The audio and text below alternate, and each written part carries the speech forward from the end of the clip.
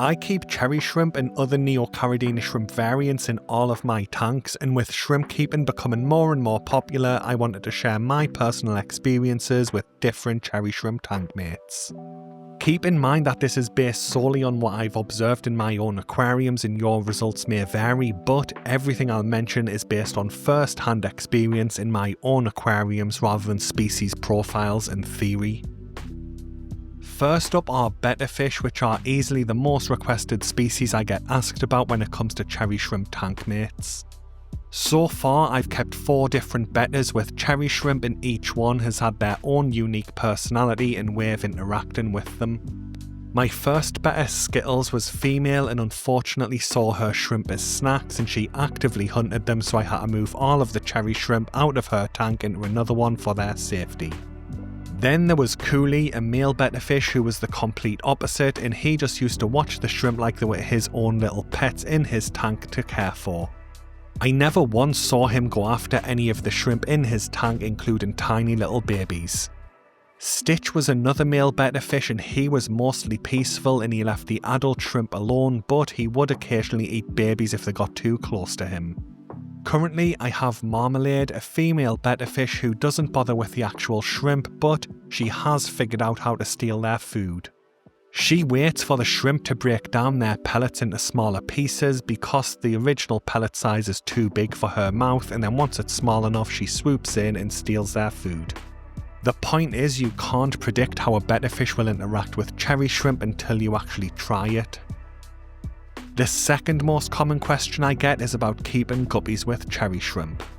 I've kept both species together in several tanks for 2 years now, and overall it's been a great combination. But it is important to note that I only keep male guppies, I don't keep any females. Males are usually around half the size of the females, and in all that time I can't recall ever seeing any of my male guppies try and eat one of the cherry shrimp in their tanks. In fact, I trust guppies so much that I currently house my oldest cherry shrimp colony with a group of male guppies because they have never shown any interest in the actual shrimp. But like Marmalade the betta fish, the main interaction I see with guppies and shrimp is the guppies swimming down and stealing food from the shrimp once it gets small enough. Other than that, the guppies stay away from the shrimp and do their own thing, usually focusing on maintaining their dominance hierarchy. Again though, female guppies are larger than males and might behave slightly differently, so it is something to keep in mind. All of my experience is strictly with male guppies. Next up are honey gourami, and a lot of people who aren't familiar with this specific species may assume that they can be aggressive and not shrimp safe like their older, larger gourami cousins. But in my experience, honey gourami have been the perfect tank mates for cherry shrimp in multiple tanks. Not only have I never seen my honey gourami go after any of the adult shrimp, but I've also seen them swim past tiny little baby shrimp which could easily fit in their mouth without even trying to get them. I've kept 3 honey gourami in total, and I still have 2 of them, and they have always been in tanks with cherry shrimp. But they have also consistently been shrimp safe, and I've spent countless hours watching them because they are my favourite fish, and I've never once seen them try to eat my cherry shrimp in the tanks. Next up are Corydoras, and there's a bunch of different varieties in the hobby, and some of them may have slightly different behaviour when interacting with shrimp, but I do think they'll all be very similar. I specifically keep albino Corydoras innace, and for the most part they keep themselves to themselves and just ignore all of their tank mates, including cherry shrimp. These little guys basically have 4 different modes, which are searching for food, eating any food they find, breeding, and then relaxing. But Corydoras are clumsy, unaware fish which are funny to watch, but this does mean they accidentally bump into cherry shrimp from time to time, especially during feeding. I really don't think this is intentional or the Corydoras actually trying to eat the shrimp in their tanks. I just think they get excited when they know it's feeding time and head directly towards any food they can get, even if there's a little shrimp in the way. Thankfully, the bumps don't seem to hurt the shrimp, and usually the cherry shrimp will just swim off somewhere else and start grazing on another food source. Next up are Harlequin rasboras, and these guys are excellent tank mates for cherry shrimp. I've never seen them show any interaction at all with the cherry shrimp in their tanks, and thankfully Harlequins naturally tend to occupy the top half of the water column in the aquarium, which often creates a nice separation from where the cherry shrimp usually hang out. Depending on how you set your hardscape up in your tank, you can try and encourage your cherry shrimp to stay in the lower areas by providing more grazing space there. That said, I really don't think it's necessary. I often see cherry shrimp grazing right in front of the Harlequin rasboras in my tank and they pay them no attention at all. Next up is another shrimp species, which are Armano shrimp, and I currently keep these in around half of my tank, so I've had plenty of experience at keeping them with cherry shrimp or other Neocaridina varieties. Armano shrimp can grow to around twice the size of cherry shrimp, so they can push them off food if they like. But in my experience, this really doesn't happen often, and when it does, it's not a big deal because the Armano shrimp instantly goes back to that food granule and the cherry shrimp just goes off and finds something else to eat. Next up are neon tetras, and I'll include cardinal tetras in this one too because not only do they look very similar, they also act very similar in the tank. My neon and cardinal tetras tend to stay in the middle to lower half of the water column and spend a lot more time near the cherry shrimp compared to some of the other fish species in the video. That said, I've never seen them try to eat a shrimp in any of my tanks, and I've kept them in a few different setups together now. But like a few of the other species that I've covered, I have seen my neon and cardinal tetras swoop in and take food that the cherry shrimp were eating, but it's pretty clear that they are definitely going for the food granules and not actually trying to eat the cherry shrimp. Next up are chili rasboras, and these are another excellent tank mate for cherry shrimp. Not only are these smaller than adult cherry shrimp, but like Harlequin rasboras, they also tend to stay in the upper half of the water column, which naturally reduces the interaction with the shrimp anyway. The only downside with chili rasboras is that they can be a little tricky to find. On top of that, their price does tend to fluctuate with supply because demand is usually consistent for this species. But if you can get them in your area for a reasonable price, they are an excellent cherry shrimp tank mate.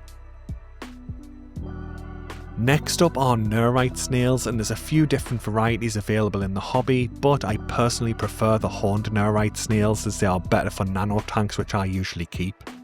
While neurite snails can lay their eggs in fresh water, they actually require brackish conditions to hatch. That means that there's no risk of overpopulation, which is great, especially if you're trying to manage food levels in your tank and make sure your cherry shrimp get plenty to eat. Next up are Siamese algae eaters, and unfortunately there's a lot of misinformation about these fish online, and they are commonly misidentified even by well-established aquarium shops. I have a true Siamese algae eater, and it's never shown any type of aggression towards any of its tank mates, including cherry shrimp. But like some of the other featured species, they will happily steal food from cherry shrimp if they get the chance. Thankfully, there are a few telltale signs to help make sure that you are getting a true Siamese algae eater, which are the peaceful ones I have rather than one of the more potentially aggressive lookalikes. First, look for a silvery body with a solid black stripe running horizontally along the side, and this will rule out the Chinese algae eater and the silver flying fox.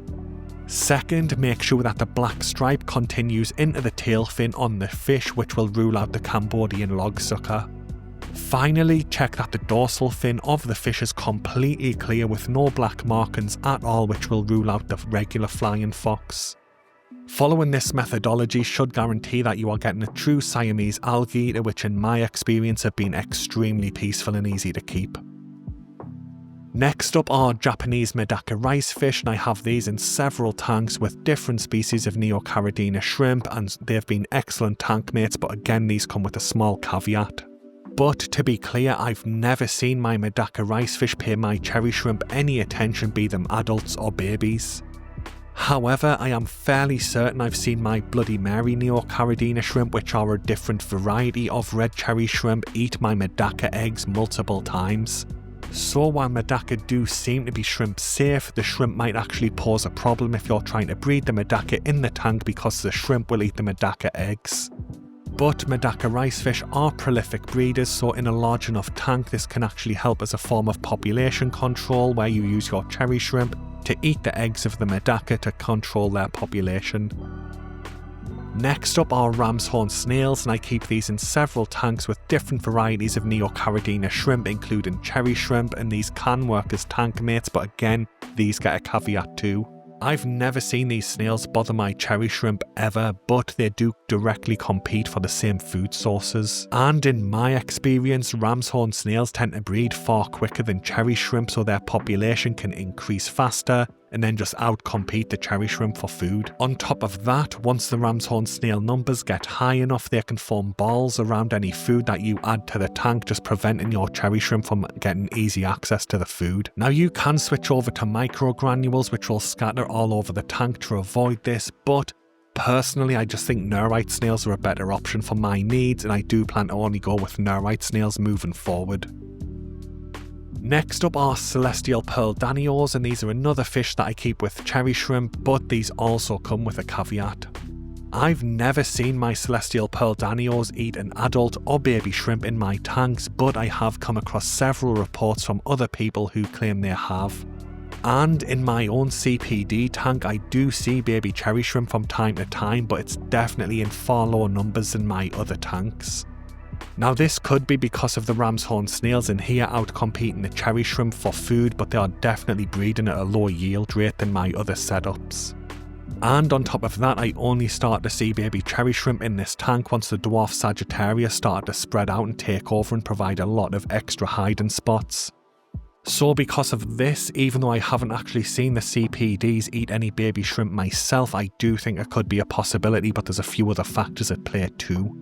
But if you are focusing on adult cherry shrimp, then these are a great little fish to keep with them, and I've seen them swim past the adults countless times without paying them any attention. Next up are white cloud mountain minnows, and I personally keep the gold variety, but I'm confident that the regular white cloud mountain minnows will behave in the same way. These fish completely ignore the adult cherry shrimp in their tanks, and I've never seen them go after a baby either. Again though, there are ram's horn snails in here, so I do think they are playing a role in the cherry shrimp population by simply outcompeting them for food, which means fewer eggs being produced by the females and fewer of the babies that do hatch are able to reach adulthood because there's just less food available.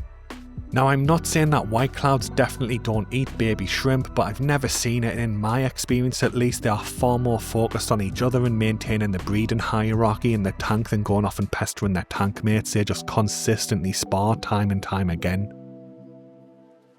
Finally, we have what I consider to be the best possible tank mate for cherry shrimp, and it's probably not what most people are looking for, but it's more cherry shrimp. I recently set up a dedicated cherry shrimp breeding tank with the goal of maintaining the highest grade possible of cherry shrimp in here, where they all have plenty of colour. I already have my first batch of babies in here too, so things are off to a great start. Tanks like these, where the cherry shrimp are the only inhabitants, eliminate the risk for predation and reduce food competition, increasing the breeding success and survival rates of the baby shrimp in the tank. I know that this is a little bit of a niche setup, but over the coming years I would absolutely love to create more of these, one for each of the common colours of Neocaridina shrimp, just to have my own high grade colonies of every single type going, but that is a long term project. Anyway guys, that brings the video to an end. I hope it's been helpful. Thanks for watching and good luck with your cherry shrimp colonies.